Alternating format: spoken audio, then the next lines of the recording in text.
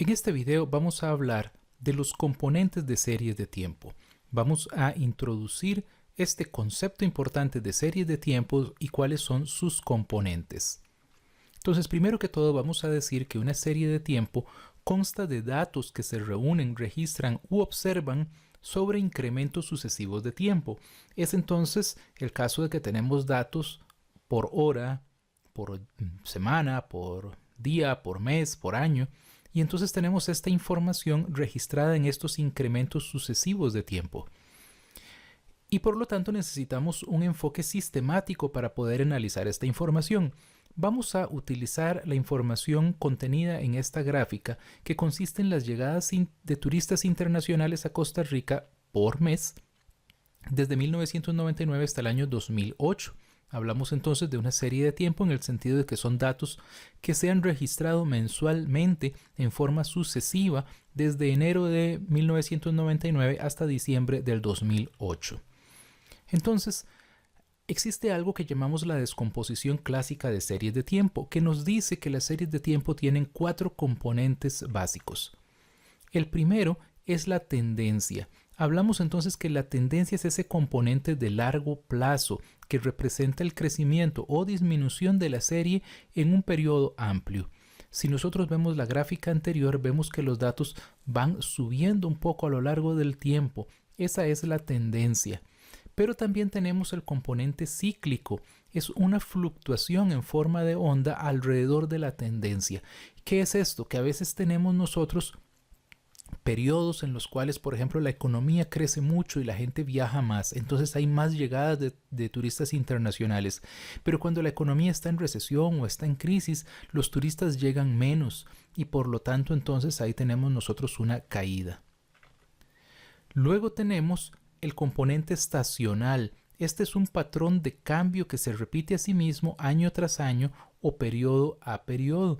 Hablamos entonces que todos los años, por ejemplo, en vacaciones, entonces tenemos mayor llegada de turistas y hay entonces una época alta, una temporada alta, y esa se repite en los mismos periodos todos los años. Y luego tenemos un componente aleatorio que mide la variabilidad de las series de tiempo después de quitar los otros componentes, y por lo tanto a veces hay factores que no corresponden ni a la tendencia, ni al ciclo, ni a la estacionalidad, pero que influyen de alguna manera en la llegada de turistas en este caso, o en cualquier otra variable. Entonces vamos a ampliar un poco más los conceptos.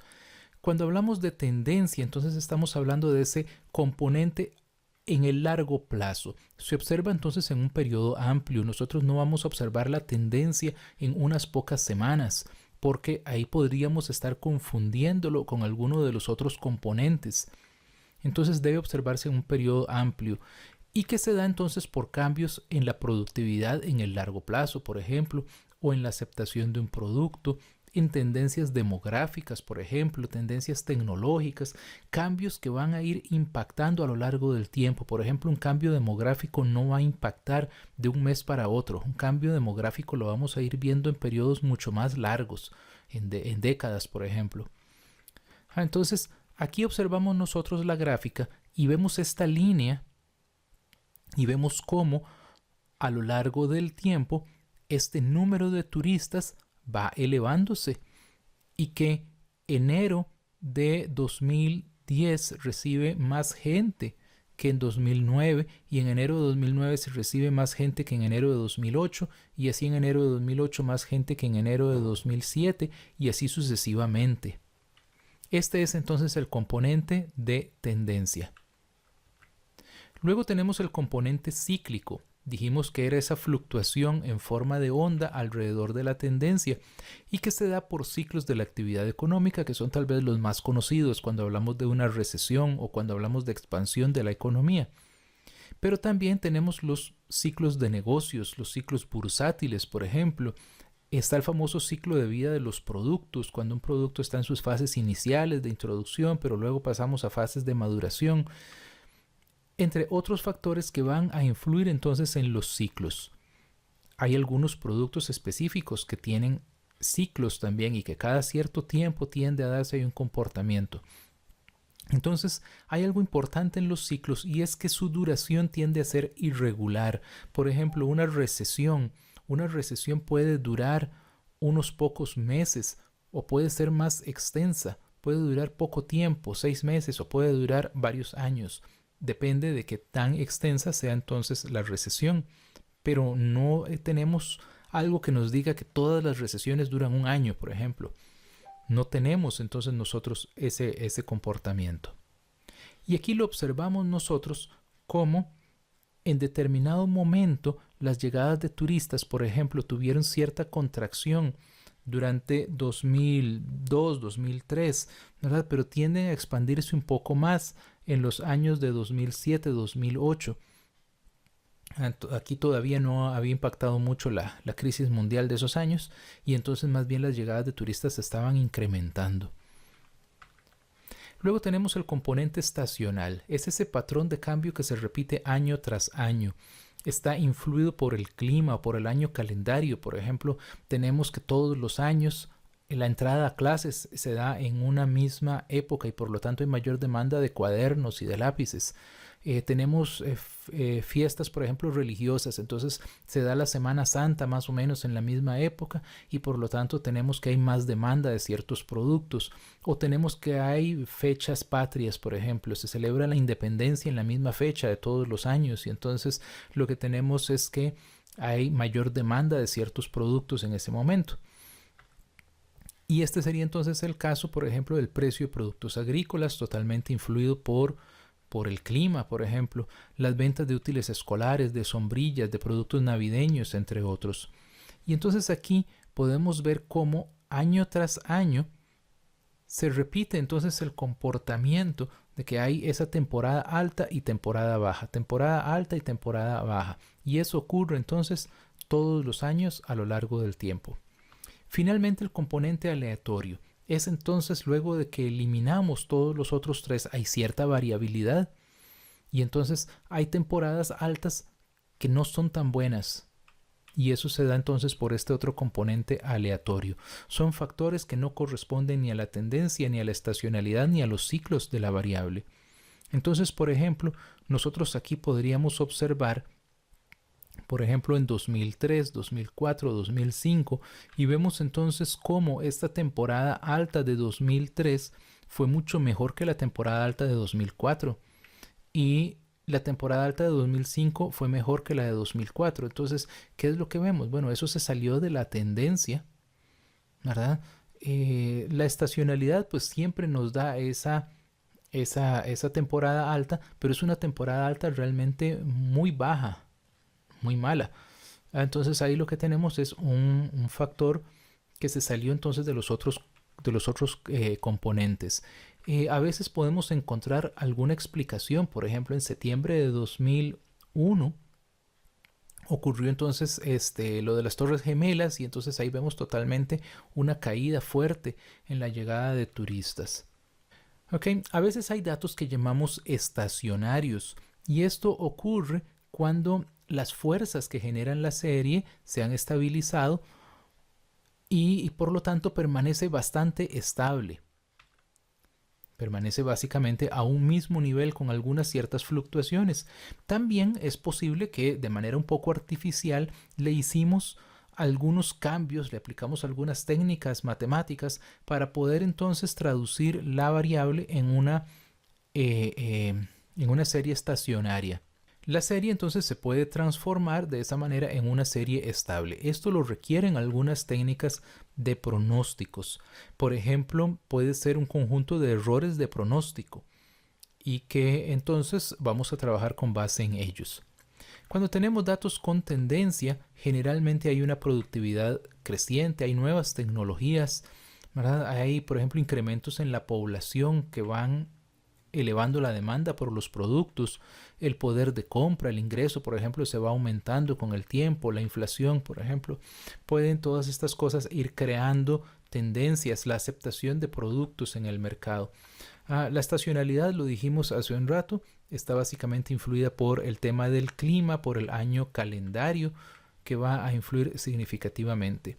Los ciclos económicos, hablamos entonces de la expansión y de la recesión, ¿verdad? Hablamos de los ciclos de los negocios, de cambios en los gustos populares, cambios en la población.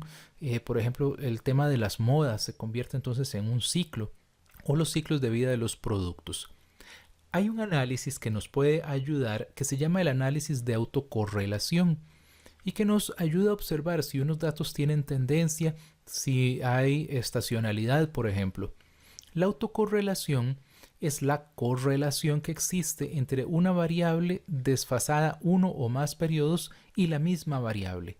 O sea, voy a relacionar las ventas de un producto con ella misma, nada más que desfasada, por ejemplo, un periodo. Entonces voy a relacionar las ventas de este mes con las del mes pasado. Y así las ventas de cada mes las correlaciono con las ventas del mes anterior, o de 2 meses anteriores, o de 12 meses anteriores. El coeficiente de autocorrelación de primer orden se obtiene de este modo. Eso es cuando vamos a desfasar la variable solo un periodo.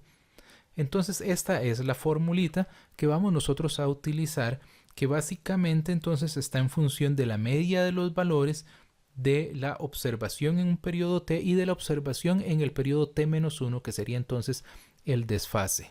El coeficiente de autocorrelación de orden k sería entonces desfasar a la variable k periodos. K podría ser 2, podría ser 5, podría ser 12. Entonces básicamente lo que vamos a tener también son los mismos valores, un coeficiente que está en función de la media de los valores de la observación en el periodo t y de la observación en el periodo t-k, o sea, en k periodos antes. Entonces vamos a utilizar este ejemplo. En el aula virtual está un archivo de Excel que presenta estos mismos datos y que ahí está formulado el cálculo de los coeficientes de autocorrelación. Entonces puede abrir el archivo de Excel para ir viendo cómo hacemos el cálculo.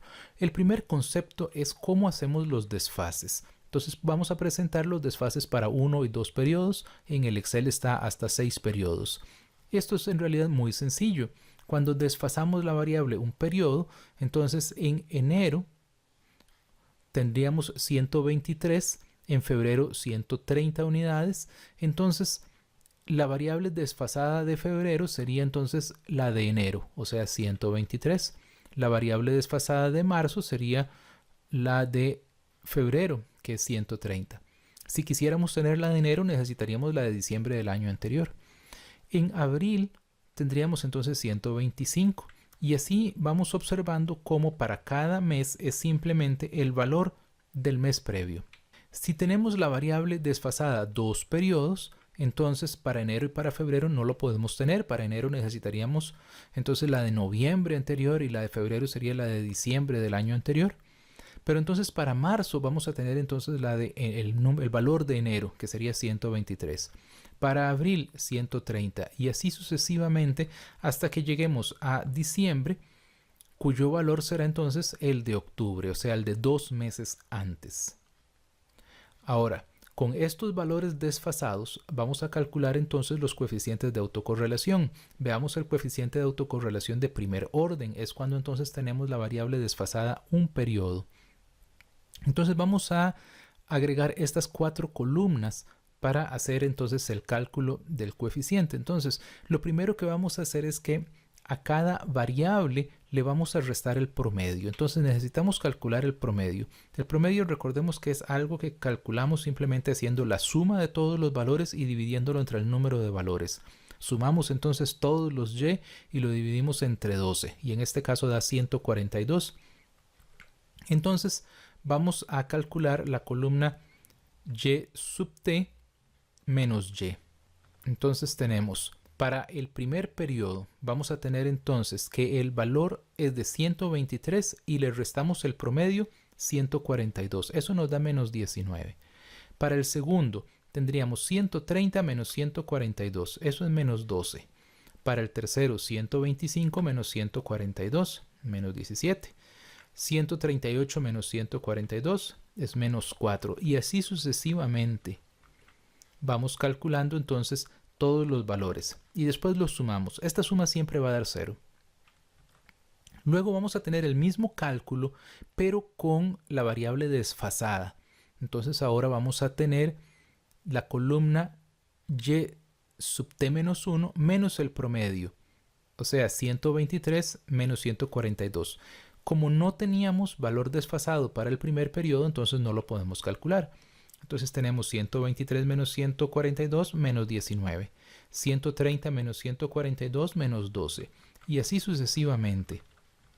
Y luego lo sumamos todo. En este caso, esas no dan 0, nos dan menos 18. Ahora vamos para la siguiente columna. Esta es el y sub t menos el y promedio al cuadrado. Ya eso lo calculamos. Teníamos, por ejemplo, menos 19. Lo elevamos al cuadrado. Menos 19 al cuadrado es 361. Ahora menos 12 al cuadrado es 144. 17 al cuadrado es 289. 4 al cuadrado es 16. 3 al cuadrado es 9. Y así sucesivamente. Completamos todos los cuadrados y lo sumamos todo y da 1474. Finalmente vamos a multiplicar la diferencia del valor con su promedio por el valor desfasado y su promedio. O sea, vamos a multiplicar menos 12 por menos 19. Esto es 228.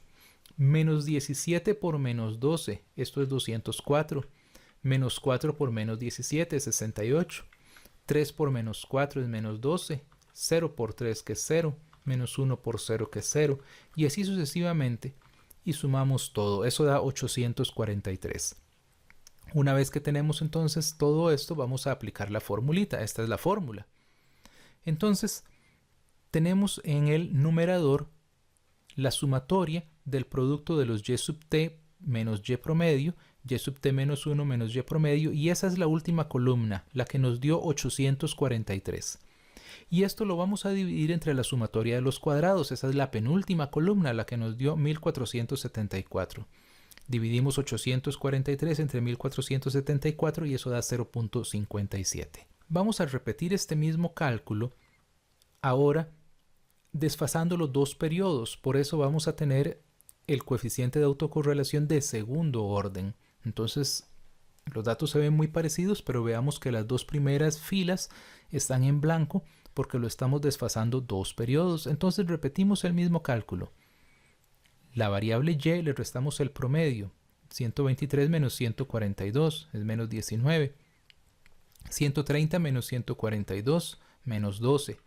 Y así sucesivamente, y recordemos que esta suma 0. Ahora vamos a hacer lo mismo con la variable desfasada. Los dos primeros valores no los tenemos y hacemos 123 menos 142 menos 19. 130 menos 142 es menos 12. Y así sucesivamente. La suma es menos 26. Ahora la primera columna que calculamos la vamos a elevar al cuadrado. Menos 19 al cuadrado, 361. Menos 12 al cuadrado. Y calculamos todos los cuadrados y los sumamos. Este valor en realidad es el mismo del cálculo anterior, que es 1474. Finalmente vamos a multiplicar las dos columnas de las diferencias. Entonces esto lo podemos hacer hasta la tercera fila, donde multiplicamos menos 17 por menos 19, que es 323, menos 4 por menos 12, 3 por menos 17, 0 por menos 4 y así sucesivamente, que suma 682. Entonces aplicamos la fórmula, en este caso k es 2, entonces tenemos la variable desfasada 2 periodos, entonces vamos a dividir 682 entre 1474 y eso nos da 0.46.